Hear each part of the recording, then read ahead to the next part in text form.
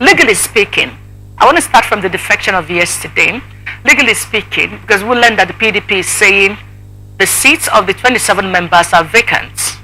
Therefore, they have no business being there and accord on INEC to conduct election. With this defection of 27 members of the PDP now to the APC and the call by PDP and all of those drama playing out, you are a son of the soil, you live in this state as a matter of fact. Help us paint a better picture of what we're looking at here. Well, I will first of all look at what the Constitution says about the scenario playing out in River State, particularly Section 109, subsection 1, paragraph G, which is impari material. You read it mutatis mutandi with section 68, subsection 1, paragraph G, which the Supreme Court has clearly interpreted in the case of Sunday Ifedayo Abegunde, against Ondo State House of Assembly. You remember what happened in 2012 in Ondo State, where he defected from Labour Party to Action Congress. The matter went as far as the Supreme Court, and the Supreme Court had the onerous opportunity of interpreting the provisions of section 68, subsection 1, paragraph G, which is impari material with section 109, which is playing out in River State now. And it was very clear that once a member of the House of Assembly vacates his seat, if being sponsored by a particular political party defects from that political party, you stand to lose your seat automatically.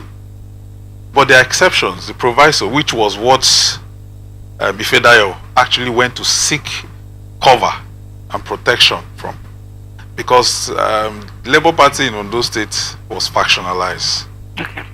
There were two state chairmen laying claim to the leadership of the party in Ondo State. So he took advantage of that factionalization of the party in the state and decided to defect to Action Congress, hiding under the proviso of section 68, subsection 1, paragraph G, that once there's a division within the political party, a member of the House of Assembly has the opportunity, the right, to defect to any safe haven where he feels safe. So, and if you see what's happening in River State today, that's exactly the excuse these 27 members. Is there a faction in River State PDP right now? That's the question. The question is that are they factions? Their own definition of what faction is the feud between the FCT minister and the governor of the state. But the FCT minister you can never define that as a faction, because these people are not technically speaking members of the state's party ESCO, right? All right. In the case of Ifedayo, there were two factions of the ESCO. Clearly, and but the Supreme Court said clearly in that definition of what division is, in that provision of the Constitution, that division does not include factions in the state chapter of the political party. State and local government chapters of that political party, if there are factions at that level, it doesn't constitute what the Constitution contemplates as division in the party. So unless it's at the national level. Okay, as we speak, is there any known division for faction within the PDP at the national level? I can tell you that in the state, I mean, you're in the media, you should tell us if... None that we know about. That's not that Kawo just left. There is no division in the state chapter, at the local government chapter, and certainly there is no division at the national. None that we're aware of. Giving them the leverage to decamp or defect to APC and retain their seats. Okay. The idea is, are there consequences for defection constitutionally? Yes. And this has been addressed from the Supreme Court. At the Supreme Court, that the consequence is that you vacate the seat. So what the Speaker of the House of Assembly, current Speaker of the House of Assembly should do is to declare those seats vacant and then write to INEC to conduct by-elections. Although I think in 2019 or so, the National Assembly were thinking this particular scenario on how to amend the Constitution in such a way where there may not be any need for by-election, that the opportunity will be given to the sponsoring political party to replace the member who has lost his seat by defection.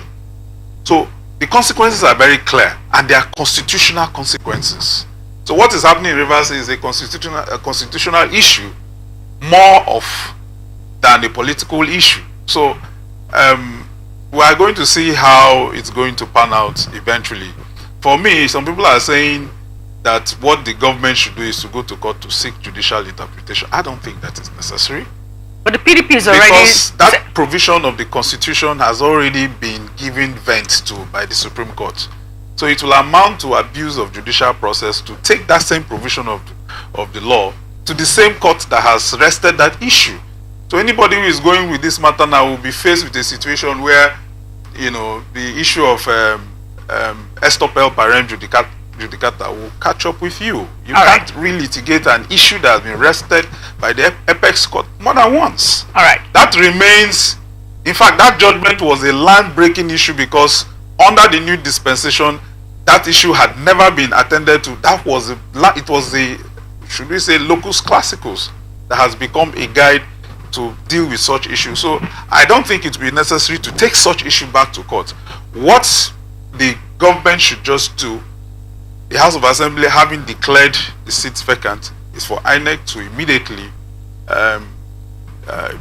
when you say the House of Assembly having declared the seat vacant, can you take that again? That's what I'm saying, that what they should do, the procedure is that the House of Assembly would declare the seat, the Speaker of the House of Assembly would declare the seats vacant. You see, but there's an issue.